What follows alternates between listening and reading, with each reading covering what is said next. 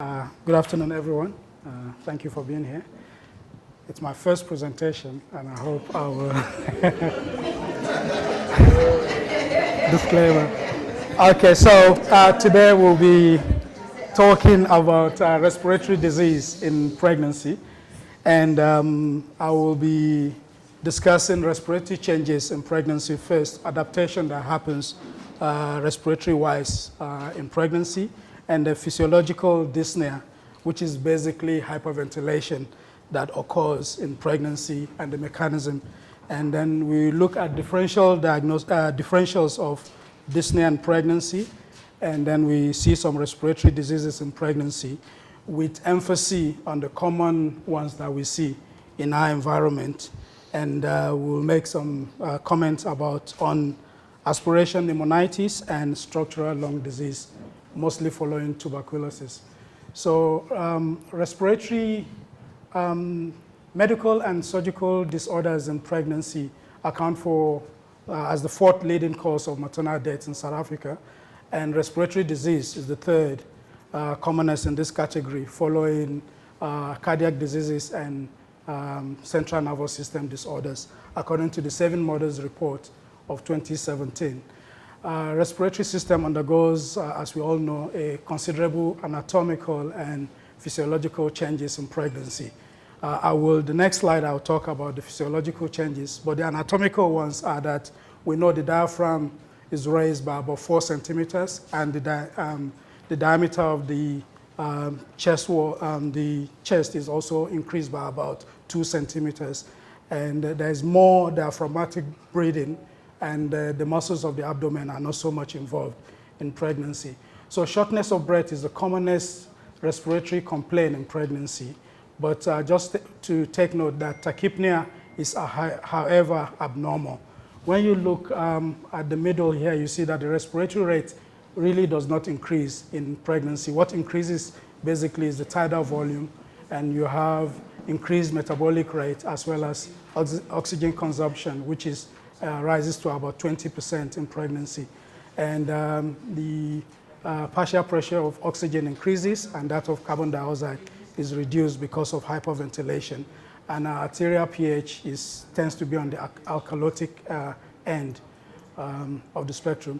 And respiratory adaptation in pregnancy is actually, the hyperventilation is mediated by progesterone, which stimulates the respiratory center in the pregnant woman, and the hyperventilation causes increased PO2 and a decrease in PCO2, and leading to almost alkalosis.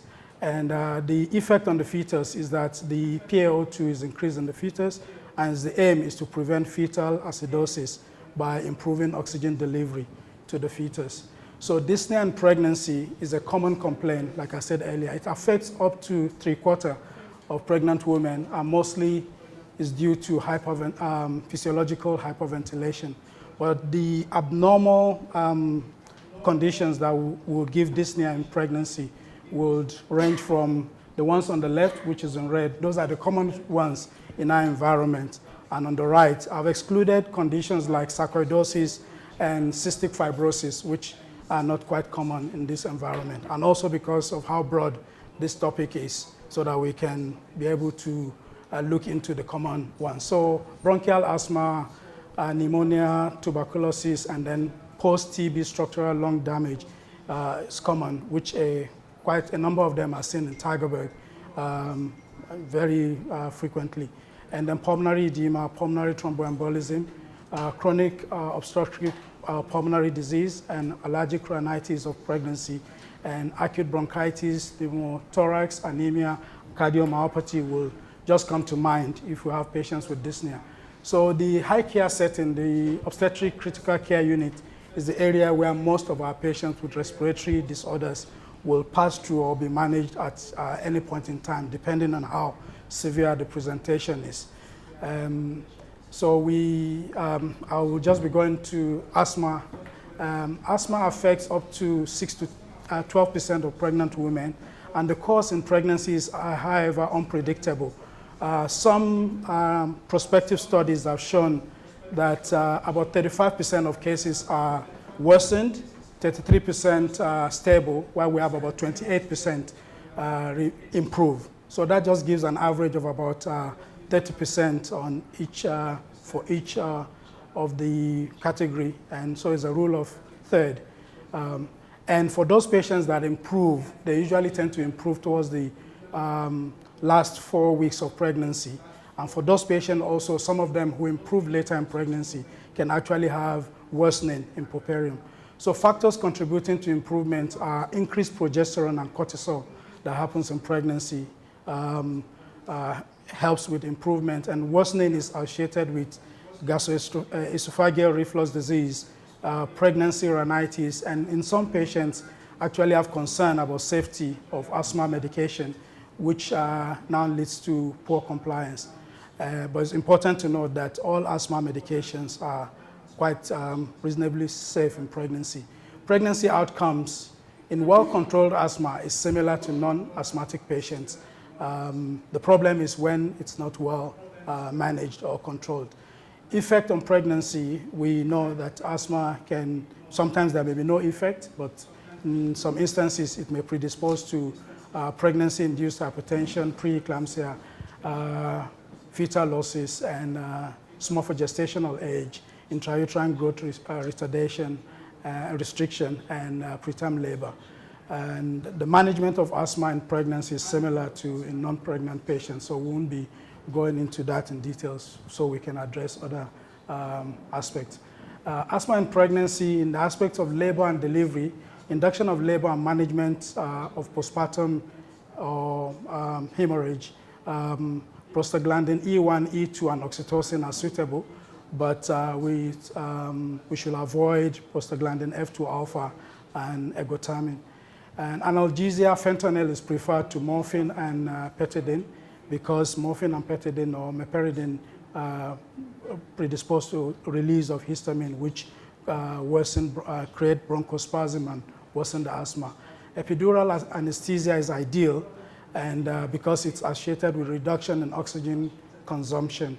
And also in the aspect of breastfeeding, some studies have shown that breastfeeding in the pregnant patient who, or no, mothers who breastfeed their babies have tendency to have reduced likelihood of asthma in those children and atopies in those children that are breastfed.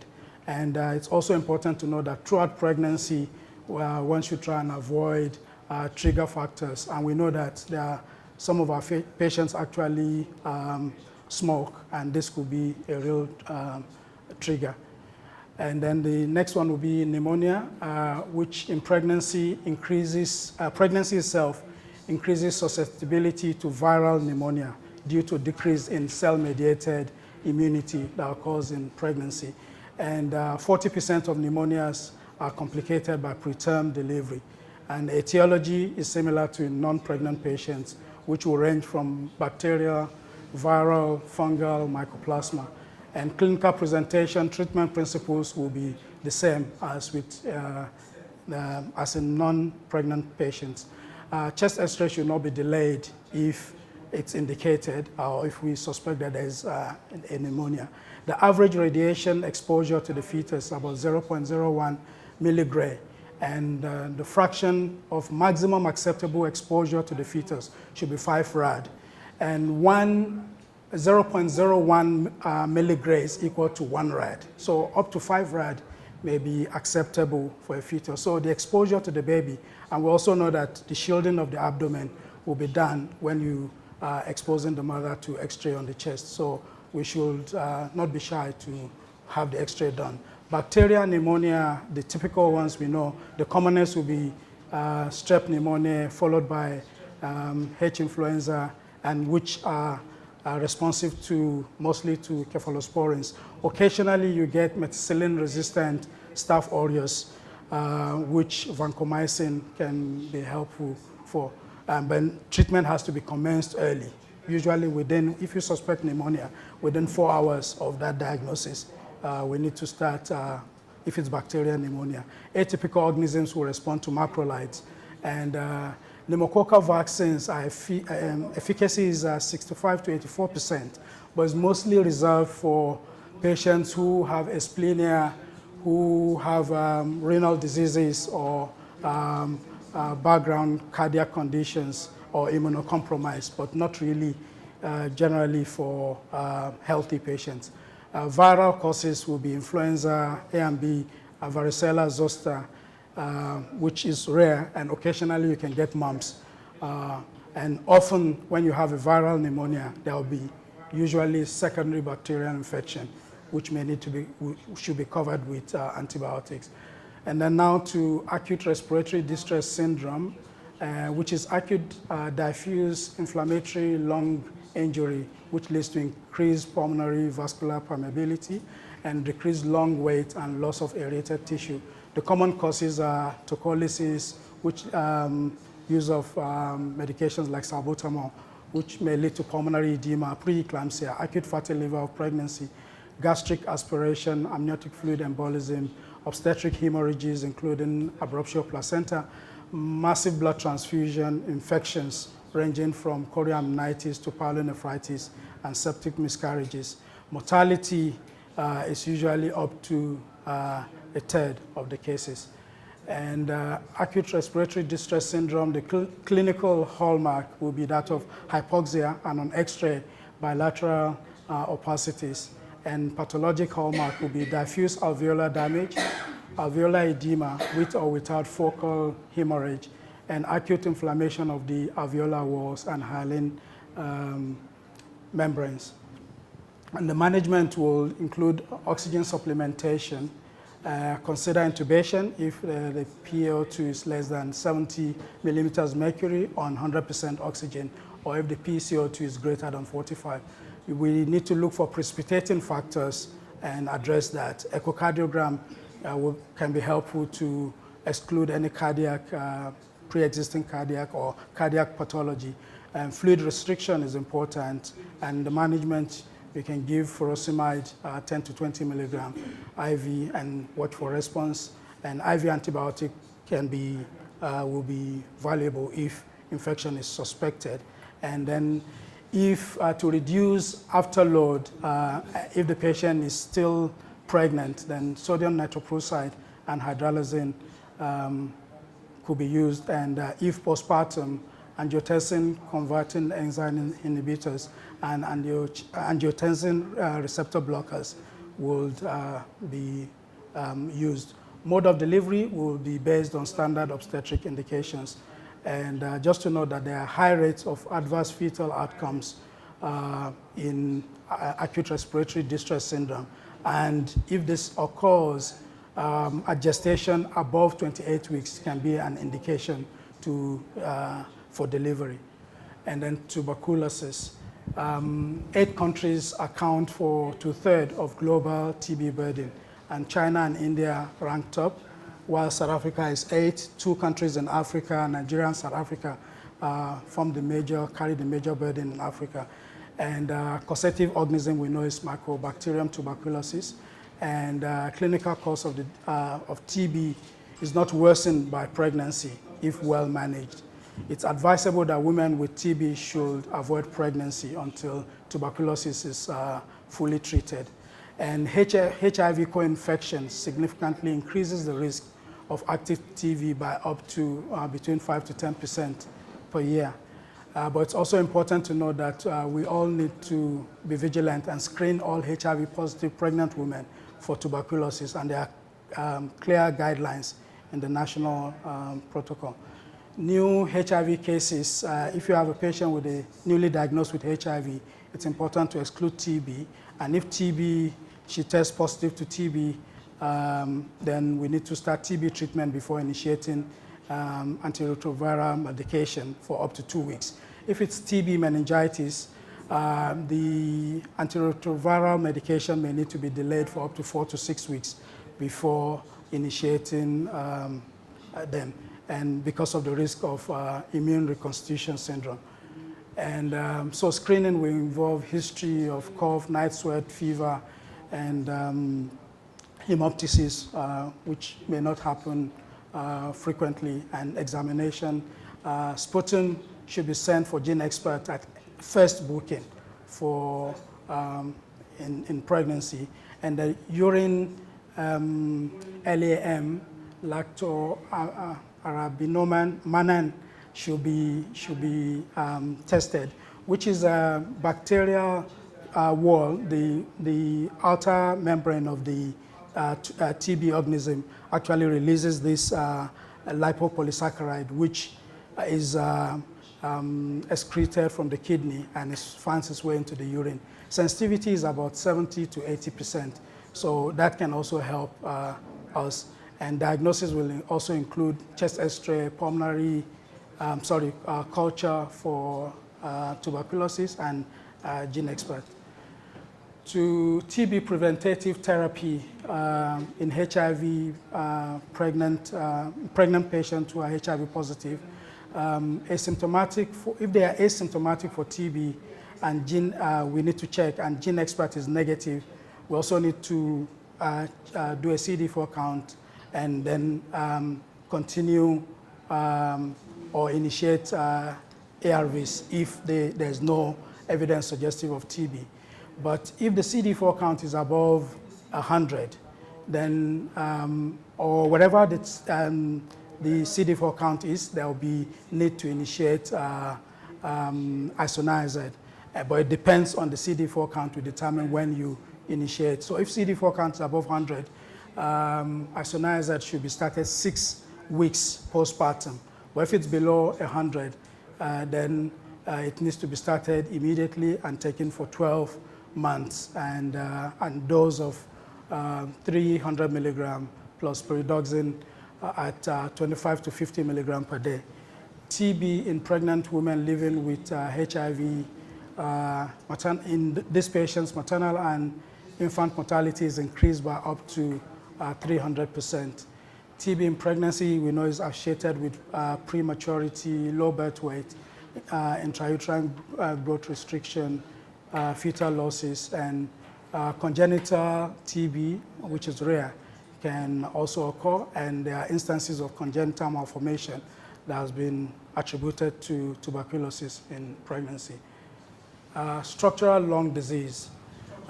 Tuberculosis is a condition where even after treatment, there could be residual lung damage, which can compromise the health of the patient going forward. So previous TB is a risk factor for long-term respiratory impairment, and treated TB contributes to growing worldwide burden of chronic obstructive pulmonary diseases.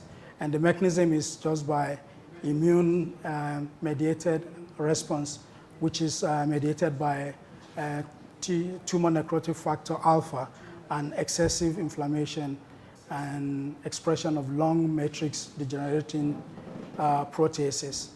And lung function deficits that occur in these structural lung diseases will include obstructive or restrictive lung diseases. There can be a combination of both, or there can be gas exchange impairment. And the management will be antenatally, these are high-risk pregnancies, and conditions that can worsen the patient's state, like smoking, we need to encourage the patients to quit, though it's quite difficult. And in quitting smoking in pregnancy, some studies have shown that nicotine therapy is actually better than smoking in itself, because it doesn't contain the nicotine alone. It's what you have in nicotine therapy. It doesn't contain other agents that you have in smoking, if it becomes difficult for the patient to quit. But that's just as a side note. Intrapartum oxygen therapy, there may be a need for a CPAP. Epidural is essential. Caesar is for obstetric indications, and postpartum, patient needs to be monitored closely. These are not patients who should immediately be sent to the general ward, and should be offered long-acting, possibly reversible contraception if patients still desire future contraception, future pregnancy, sorry. And so this is structural lung damage. A picture you have of the X-ray on the right is actually a patient that was discharged from OKU last week. And you can see she had TB before, and this is what the lung looks like, with fibrosis on the left side and decreased lung volume. So in structural lung damage, I said it could be obstructive or restrictive. The obstructive ones are caused by excessive inflammation, airway narrowing, which you see in bronchiectasis and even in the beginning of TB. And with the restrictive ones, you get with extensive fibrosis, which happens, and pleural thickening, which happens after TB treatment. So then comes to aspiration pneumonitis. We know pregnancies are associated with increased risk of aspiration of gastric content, and aspiration during anesthesia or in a comatose patient can cause serious respiratory distress. And the main determinant of outcome if a patient aspirates will be acidity, if the pH is below 2.5, or the volume, which is if the volume of aspirate is more than 25 moles, or there are particles in the aspirate. Predisposing factors is in pregnancy. We know the gravity uterus splints the diaphragm and also raises intragastric pressure. In patients with reduced Glasgow Coma score, ability to protect their airways, or diminished laryngeal reflexes, supine position will predispose, and protracted vomiting can be a risk factor. Preventive measures will be like patients who we send to, who go for surgery while pregnant, like for cesarean section. Well, in emergency Caesar, it will be difficult to fast the patient, but fasting for 6 to 8 hours can be helpful for patients who are going for general anesthesia. Antacid, we give 30 moles molar sodium citrate, and H2 antagonists like cimetidine or ranitidine, and metoclopramide, prokinetic agent, can also be given.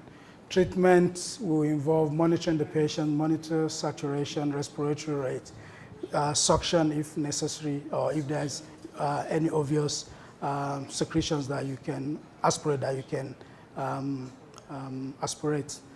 Bronchoscopy can be helpful, oxygen therapy, ventilation, and usually there could be secondary bacterial infection, and there may be need to start antibiotics. Now coming to pulmonary edema, we know the pathophysiology could be cardiogenic or non-cardiogenic, and the cardiogenic pulmonary edema is due to pulmonary venous hydrostatic, increase in pulmonary venous hydrostatic pressure, extravasation of fluids into pulmonary interstitial space. And the non-cardiogenic is increased pulmonary capillary permeability and capillary leaks. And the etiology we know preeclamptic patients are prone to pulmonary edema. Tocolysis use fluid overload and cardiac disease.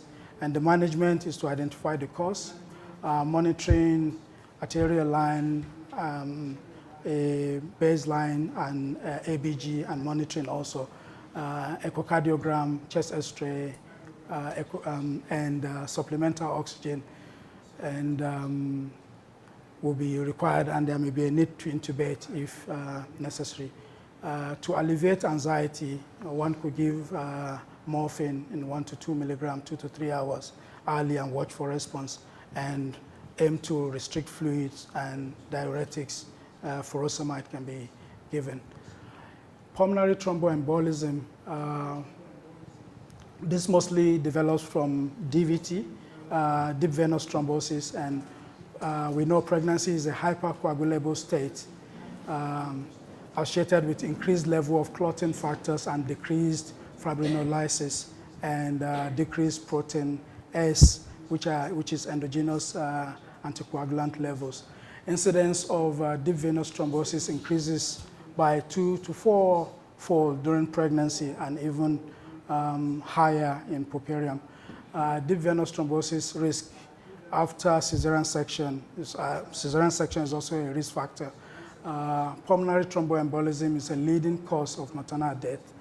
And coming to evaluation, blood gas, patient needs to be taken to a high care setting, chest X-ray, echocardiogram, ECG, VQ scan versus CTPA. If the chest X-ray is normal, then a VQ scan will be appropriate, and CTPA if there's abnormal findings on the chest X-ray. Management principles will involve administering oxygen, maintain mean arterial pressure above 65 millimeters mercury, and need to start heparin, and also bridge with warfarin later. And anticoagulants should be given for up to 6 weeks after delivery. Thank you.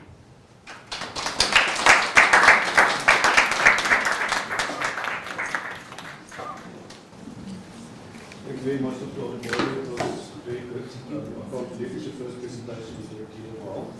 And thank you for covering a very broad topic and especially showing us about the conditions that we actually see.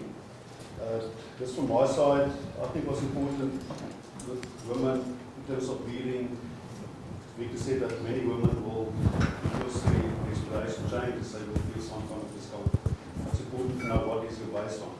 The way that I explain it to my registrars is, if a pregnant woman is not pregnant, she will breathe normally. So like, when she becomes pregnant, her breathing is going to change. So if I breathe, what's my chest? You really see it moving. I'm going to increase my tidal volume by 40%. I won't get pregnant, but if I were a woman and I did get pregnant, then I'll breathe like this. If I breathe like this, I feel a bit uncomfortable because I'm breathing deeper. So that is one of, so that you can explain to people. But ask me, how did you feel last week? Was there any change? If there's a change, sudden change in respiration, watch out, work out. And then many of our patients had previously before obstructive lung disease. What happens with them when they get pregnant? They breathe like this. They can't expand because that lung is stuck and everywhere. So that's a patient that she cannot go through the changes. So in a pregnancy, she will breathe faster and faster and faster. And you have to watch it very carefully because at some stage you can develop respiratory dysfunction. Any questions for Victor? Can I ask a practical question? We discussed a while ago the introduction of a screening tool in obstetric clinics, especially when we consider the risk for developing TB during pregnancy, especially in women living with HIV. Are we using that tool at the moment routinely in our clinic, where you ask certain questions? Do you have a cough? Do you know what I'm referring to? That little tick sheet.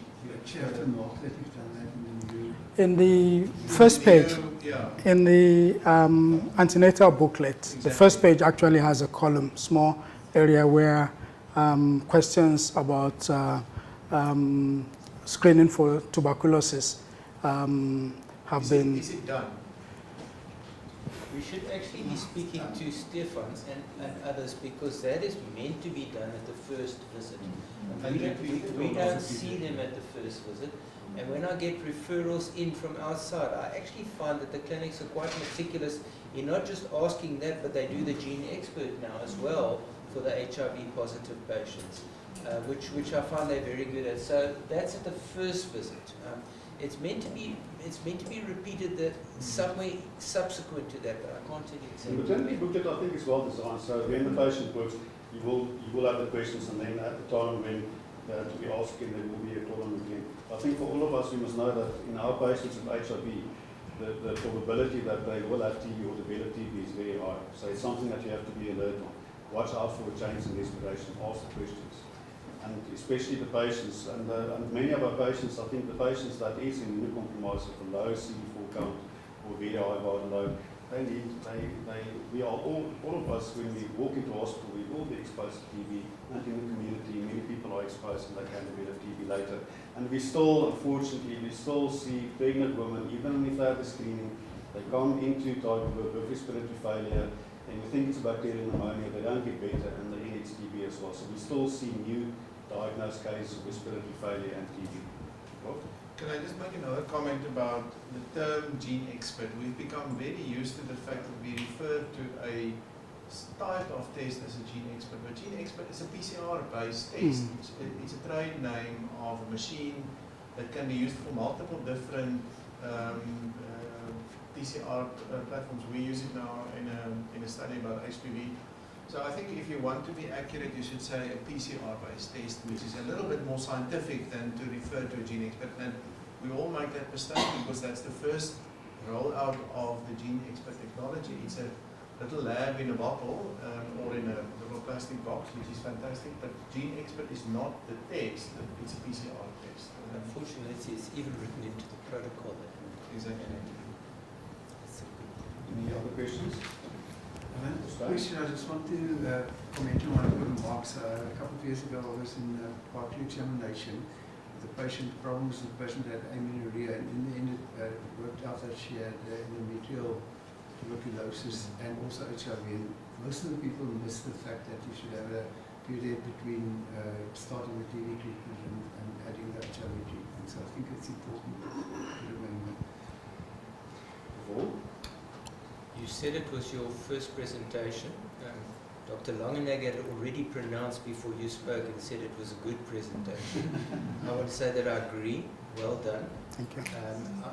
That's the first comment. The second comment is I'm a little bit more concerned about asthma than you are. Okay. Because the most recent literature on asthma in pregnancy shows a greater women of moderate and severe asthma actually deteriorating. So that rule of thirds is probably not accurate, and many of our patients that we see are actually not well controlled and they will deteriorate in pregnancy. So moderate to severe asthma outside pregnancy is something that generally deteriorates in pregnancy. That's why you've got to keep that meticulous control with at least topical corticosteroids and if necessary oral corticosteroids as well. So that's what the most recent literature says. And I thought I'd end with a little simple question to you, Victor, that your mother's got asthma, she was delivered by abdominal delivery, and now in order to prevent atopy generally in her baby, she asked you, should she inoculate the baby with her microbiome after delivery?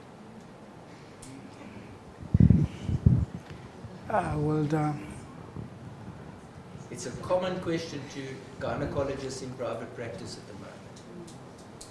I'm not sure. I don't know.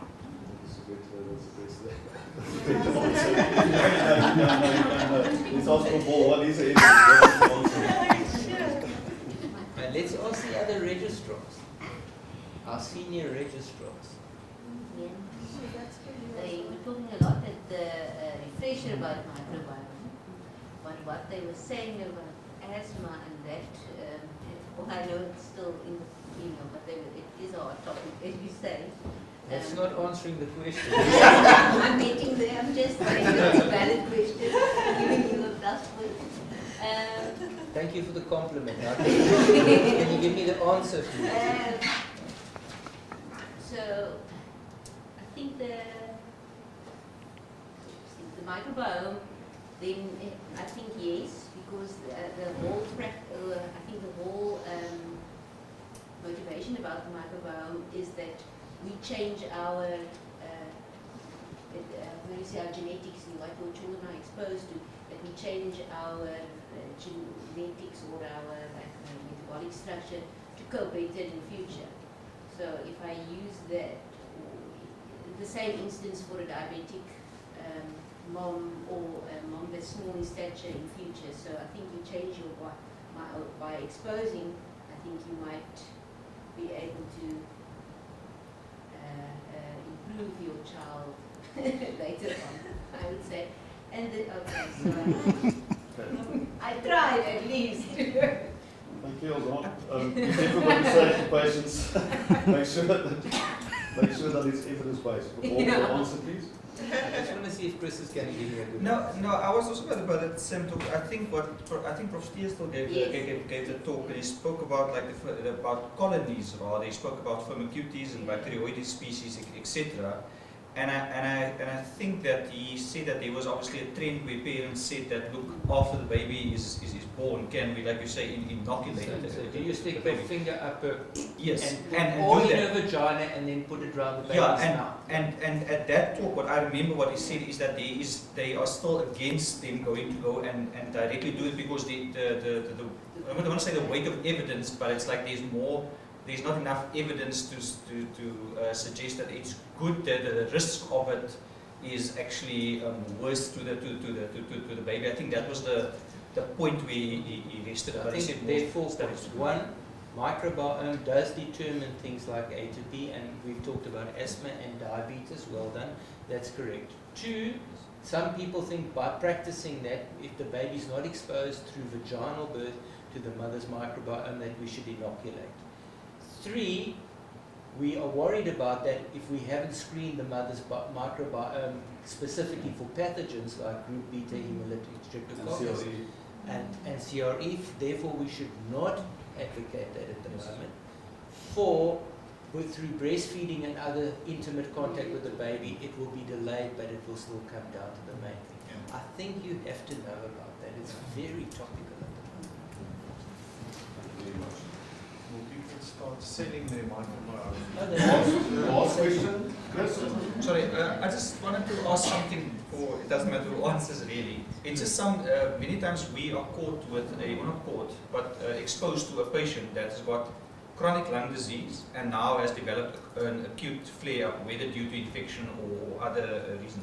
My question is basically, can you guys basically just help us in delineating which of the patients that you find has got an acute respiratory distress and you're seeing you heading with this patient towards intubation, but this patient has got chronic destroyed lungs basically and is hovering on the cusp of normal, then falls pregnant, gets an acute insult, and now you're basically standing there with a patient that you can see is not coping on non-invasive ventilation or other conservative measures, but sometimes you find you get a comment, and this is just as I said in general, you tube the patient, and for example post-TB structural lung disease, and then they say, but why did you end up tubing this patient now, because now we are stuck, can't get the patient off the ventilator, get complications from it.